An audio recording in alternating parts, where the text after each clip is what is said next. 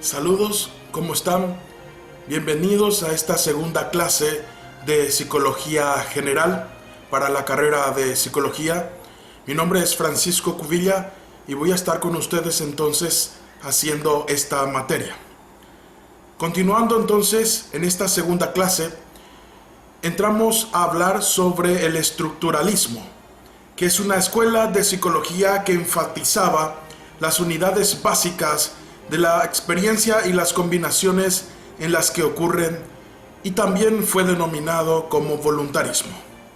El estructuralismo nace en 1879 en Leipzig, Alemania, en el laboratorio de Wilhelm Wundt o Guillermo Wundt, alemán, quien decidió realizar ciertos ajustes para la época, y ello le sirvió para generar el boom con respecto a la psicología en sí.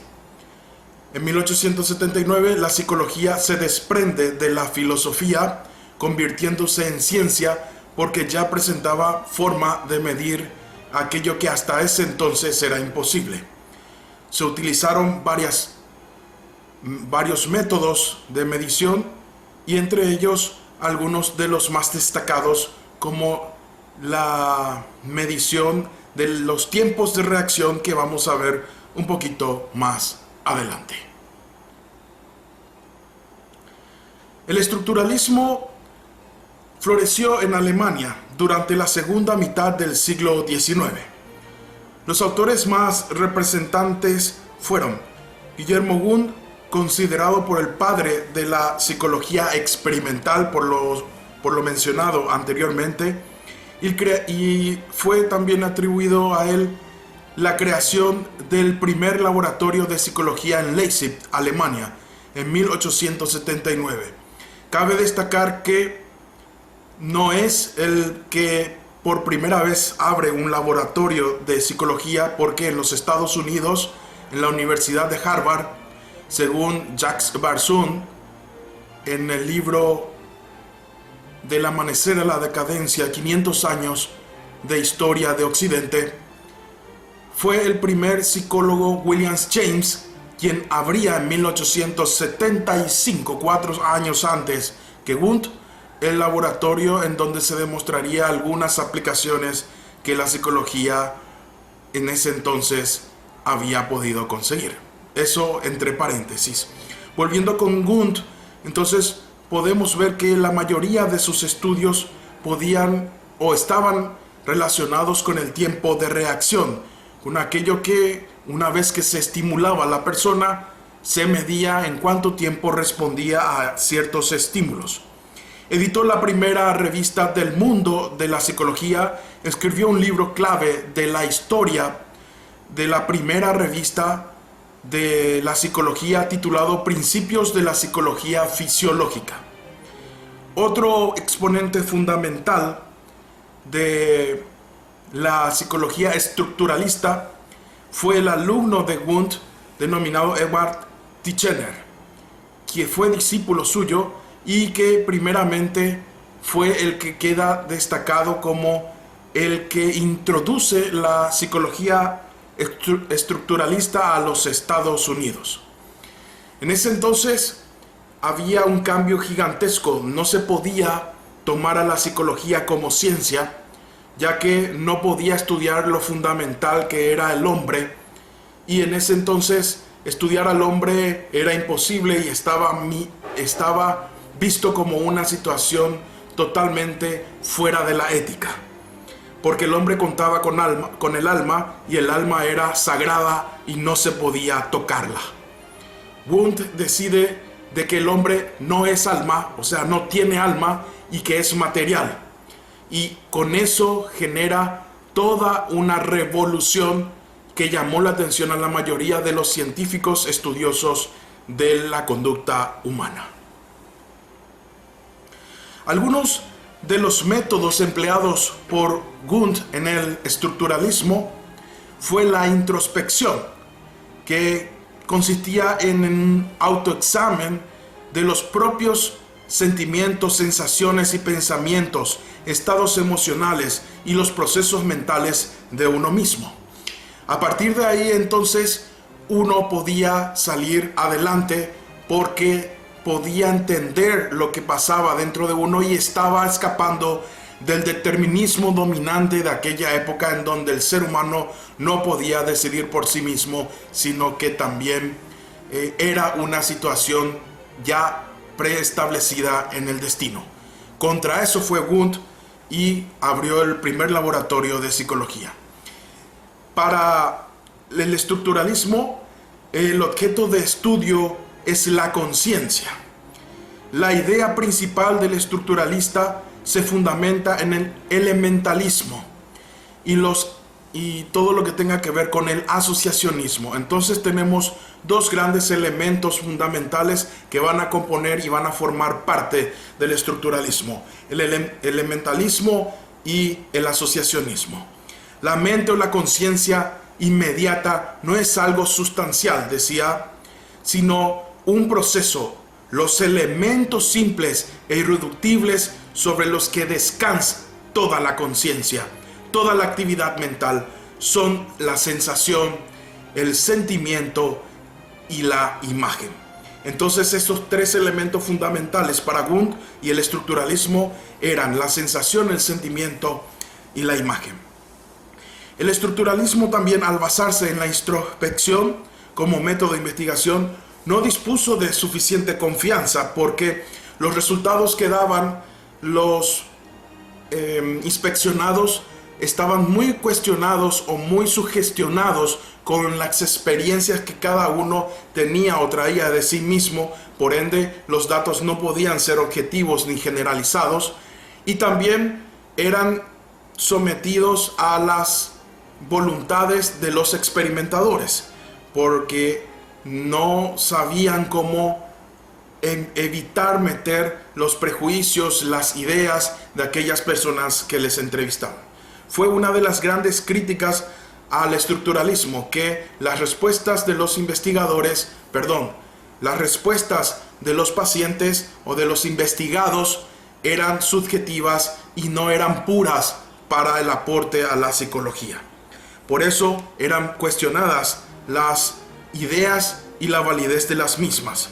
Observaron que la visión introspectiva variaba entre personas y personas y dependía, entre comillas, de la habilidad del evaluador, situación que evidenciaba la poca confianza, la poca validez de los hallazgos.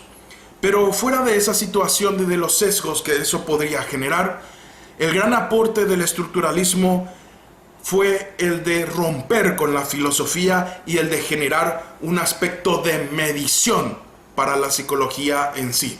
Eso fue la gran ganancia que tuvimos con respecto a las ciencias de la psicología. Hay que tener en cuenta que esto corresponde a elementos que más adelante, gracias a los avances de la ciencia que hoy tenemos, se han podido verificar y han podido ayudar a que se conforme el contenido global de conocimientos que hoy día gozamos nosotros privilegiados de la psicología. Bien, teniendo en cuenta eso, los detalles de Wundt, vimos sus valores, vimos sus críticas y debilidades. Pasaremos entonces a un elemento fundamental que tiene que ver con la otra escuela que vamos a tocar y que está planeado para hoy día: el funcionalismo. El funcionalismo habla de una teoría de la vida mental y la conducta que se interesa en la forma en que un organismo emplea sus habilidades perceptuales para funcionar en su ambiente. En otras palabras, al funcionalismo no le interesa conocer cómo opera, cómo funciona, con qué estructuras o ladrillos está construida la mente y la conciencia, sino más bien le interesa saber cómo la conciencia y por ende el individuo soluciona sus problemas, se adapta o funciona en el ambiente.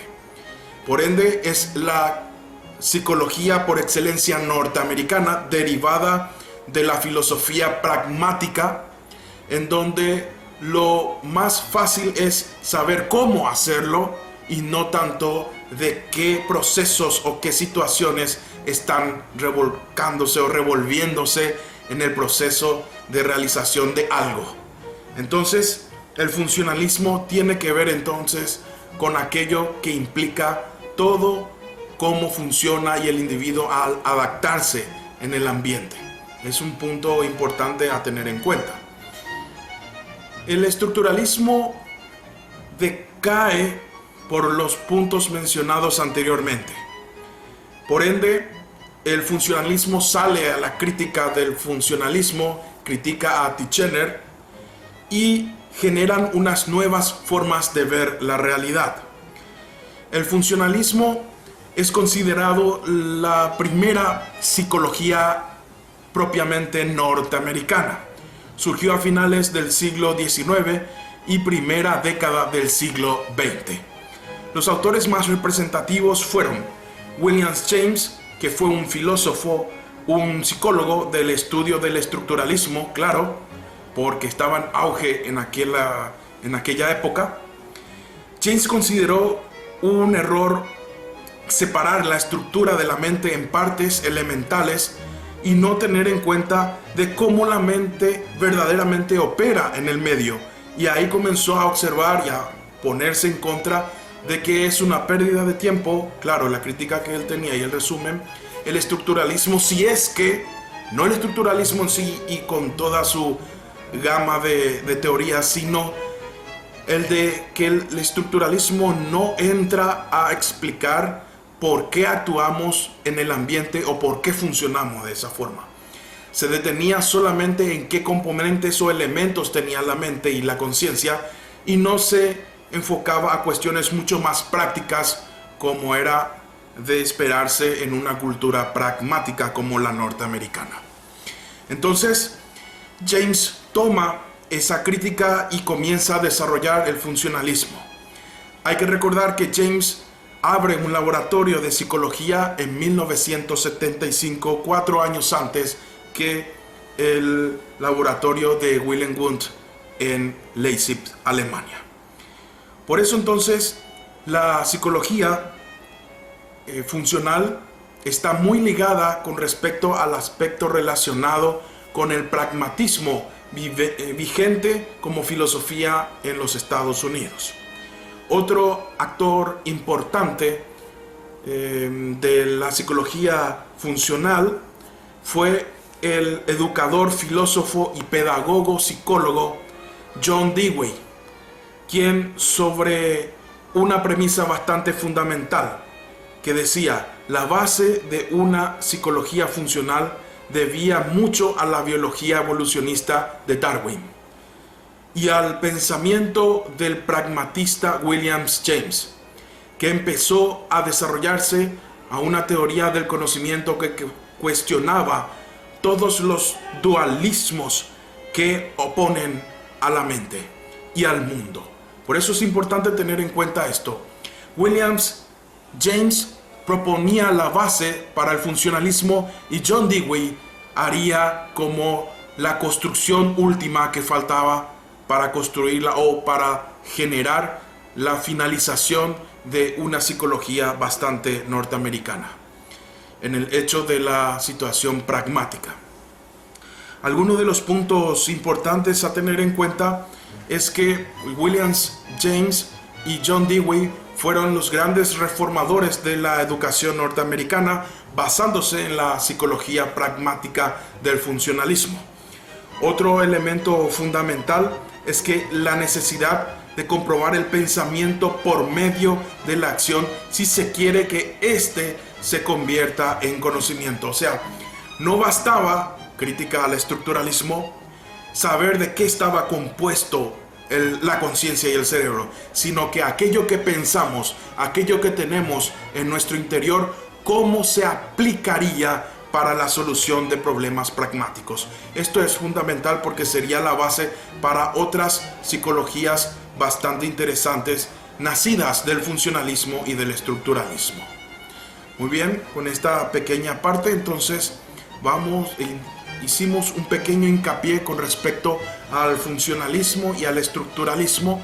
Vamos a terminar con la parte fundamental, los objetos de estudio utilizados o el objeto de estudio utilizado por el funcionalismo en aquel entonces. El método empleado en sus investigaciones estaba acorde a los presupuestos teóricos que fomentaban la importancia de las técnicas como los test de inteligencia. La psicología funcionalista fue una de las propulsoras de lo que hoy conocemos como test psicométricos y a partir de ello específicamente los test de inteligencia y las experiencias controladas para medir la capacidad de los animales para aprender y resolver problemas. O sea, la etología, que es el estudio de los animales, también fue absorbida por la psicología funcionalista. Por eso está bien decir, y abro un pequeño paréntesis, que la psicología se define como la ciencia que estudia la conducta y los procesos mentales. Es insuficiente la definición cuando decimos que la psicología es la ciencia que estudia la conducta humana, puesto que la psicología no solamente estudió la conducta humana, es más, ha basado sus estudios en la conducta animal y muchos de ellos ha generalizado esos hallazgos a la conducta humana. Por eso se omite la conducta humana y se queda como que es la psicología la ciencia que estudia la conducta y los procesos mentales. Cerramos este paréntesis para continuar entonces con el funcionalismo, que ha introducido en la psicología en sí la importancia de los test, un proceso de medición y todo aquello que implica los métodos científicos para la medición. Todo eso es entonces importantísimo. Con ello se terminaba acogotando a la introspección como modelo de investigación para la psicología, en contrapartida o haciendo contra al estructuralismo que utilizaba este tipo de modelos. Pero claro, hoy en día no podemos hacer esa crítica porque el momento contextual de ellos hacía de que se piense de esa manera y no tenía los datos que hoy día poseemos actualmente. El objeto de estudio del funcionalismo fue los procesos mentales y de la conducta. Atiendan muy bien. Hay una traslocación de estas frases. Dice procesos mentales y la conducta. Posteriormente sabemos que la psicología opta la definición como ciencia que estudia la conducta y los procesos mentales. Y aquí el funcionalismo hacía un hincapié entre primero estudiar los procesos mentales y posteriormente la conducta. Claro, se entiende ese tema porque como pensamos, al decir, recuerden la frase que estudiamos nosotros cuando vimos al filósofo Descartes, René Descartes, que decía que pienso, luego existo o cogito ergo sum, que tenía que ver qué aporte daba la psicología, que era lo que nosotros pensamos, de esa forma probablemente actuemos. Y aquí el funcionalismo pretende estudiar los procesos mentales, el funcionamiento de la mente y de cómo eso se puede aplicar en el comportamiento humano. Planteaba que había influencias darwinistas sobre la selección natural. La conciencia sirve para un propósito, o sea, el funcionalismo se basaba en todo aquello que implicaba la visión darwiniana de la realidad, la teoría de Darwin, la teoría evolucionista, en donde que si existe, porque ellos estaban de acuerdo de que existían los procesos mentales, es porque la evolución decidió de que eso exista, porque si no servía hubiese desaparecido en los lares o en los primeros momentos de la humanidad. Sin embargo, como pensamos, como ideamos, como racionamos, entonces eso significa de que hubo un proceso de selección natural que hizo que esos pensamientos o esas funciones cognitivas estén hoy día presentes, decía y sostenía el funcionalismo basándose en la teoría del inglés Charles Darwin. Estas influencias entonces generaron que por algo existen y entonces vamos a estudiarlo para qué existen. Se preguntaban qué papel tenía este funcionamiento de los procesos mentales y a la hora de dotar al ser humano con la capacidad para adaptarse, sobrevivir y progresar. Entonces, todo ello basándose también en la filosofía pragmática y la teoría evolucionista de Charles Darwin. Eso es muy importante tener en cuenta. Les recomiendo que puedan echarle una leída a el libro de Charles Darwin, El origen de las especies, publicado en 1859. Existen variadas publicaciones, ya tiene libertad de lectura, porque nos va a ayudar a entender cómo se explica la humanidad y cómo ocurrieron todos los elementos que hoy gozamos nosotros los Homo sapiens con respecto a las funciones cerebrales y a la conducta humana. Entonces, hasta ahí terminamos lo que concierne al tema del estructuralismo y funcionalismo. Vamos a continuar brevemente con las siguientes escuelas si nos da el tiempo.